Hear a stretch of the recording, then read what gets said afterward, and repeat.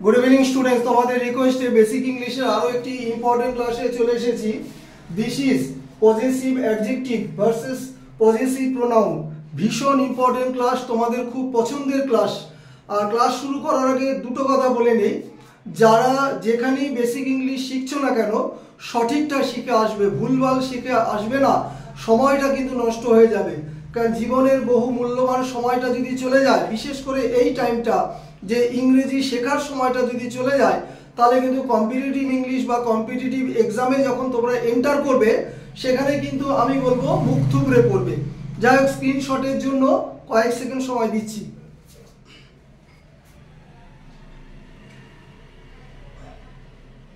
চলো ক্লাস শুরু করি। দিস ইজ সুশান্ত স্যার, তোমাদের পছন্দের ক্লাস বেসিক ইংলিশ।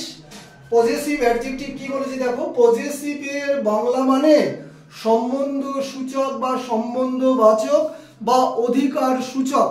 বলি না, এই পেনটার ওপর আমার পজিশন মানে পেনটা আমার, ওই চেয়ারটার ওপর তোমার পজিশন মানে চেয়ারটা তোমার। যাই হোক, ক্লাসটা দেখো, কনসেপ্টটা কি লিখেছি। বাক্যে যে ওয়ার্ড দেখতে প্রোনাউনের মতো কিন্তু নাউনের আগে বসে নাউনকে কোয়ালিফাই করে, অর্থাৎ অ্যাডজেক্টিভের কাজ করে, তাকে কি বলি?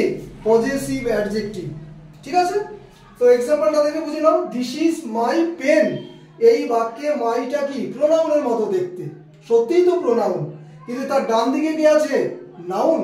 তাহলে নাউনকে কোয়ালিফাই করছে কে? মাই। এবং এই যে পেন নাউনটা, এর অধিকার বোঝাচ্ছে কোন শব্দটির দ্বারা? সেটা হচ্ছে মাই।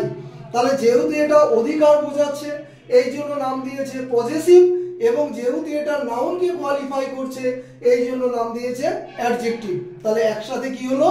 Possessive adjective. এবার দেখো আরেকটা, পজেসিভ প্রোনাউন। মোস্ট ইম্পর্টেন্ট, কোনো বস্তু বা ব্যক্তির উপর কারো অধিকার বা সম্বন্ধ বোঝাতে যে প্রোনাউন ব্যবহৃত হয় তাকে পজেসিভ প্রোনাউন বলে। এটি বাক্যে নাউনের পরিবর্তে বসে এবং এর পরে কোনো নাউন বসে না। ভালো করে বুঝবে, এর পরে কোনো নাউন বসে না। এই কারণে এটার নাম পজেসিভ অ্যাডজেক্টিভ নয়, এটার নাম পজেসিভ প্রোনাউন, অর্থাৎ অধিকারটাই বোঝাচ্ছে শুধু।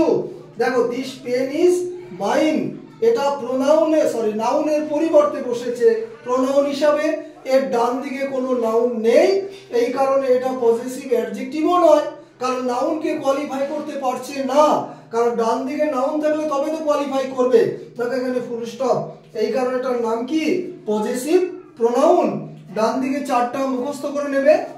মাই, মাইন, উপরে দেখো পজেসিভ অ্যাডজেক্টিভ, পজেসিভ প্রোনাউন। সংক্ষেপে লিখেছি, my, mine, our, ours, your, yours, his, his, her, hers, its, its, দুটো কিন্তু সেম। দেয়ার, দেয়ার্স। তোমরা হয়তো ভাববে যে এখানে পাঁচটা তো আমরা ডিফারেন্ট আছে, পাঁচটা দেখে বুঝে নিতে পারবো। তাহলে দুটো তো সেম আছে, একটা আছে দেখো তোমার 4 নম্বরটা, আরেকটা দেখো 6 নম্বরটা। তখন তুমি কি করে বুঝবে? তখন এই কনসেপ্টটা বুঝে তোমাকে আনসারটা করে আসতে হবে। লাস্ট কথা আবারও বলে নেই, বেসিক ইংলিশ সঠিক জায়গায় শিখবে। আমি বলবো না যে প্রত্যেকেই আমার কাছে শেখো, আমি বলবো যে ফেসবুক এবং ইউটিউব দু জায়গাতেই আছি, ক্লাস দেখো। ঠিক আছে, এটা সম্ভবত 260 নম্বর ক্লাস। চলো, প্রত্যেকের কাছে লাইক, শেয়ার, সাবস্ক্রাইব অবশ্যই আশা করি। ক্লাস শেষ করছি। Have a good day.